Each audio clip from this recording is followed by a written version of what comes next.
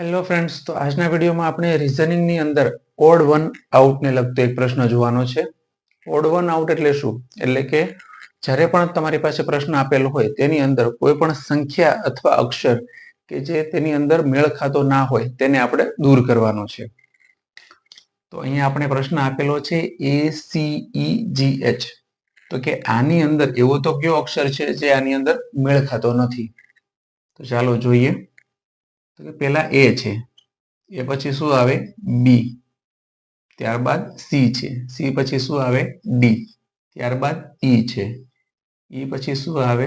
F, ત્યારબાદ જી છે, જી પછી શું આવે? એચ, ત્યારબાદ એચ પછી આઈ. તો અહીંયા શું થયું?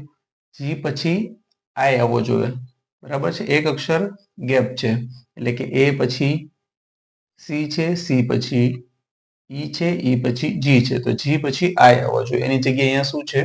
એચ. તો છે એચ એ આ શ્રેણીની અંદર મેળ ખાતો નથી, એટલે કે આપણો જવાબ આવશે એચ. Thank you.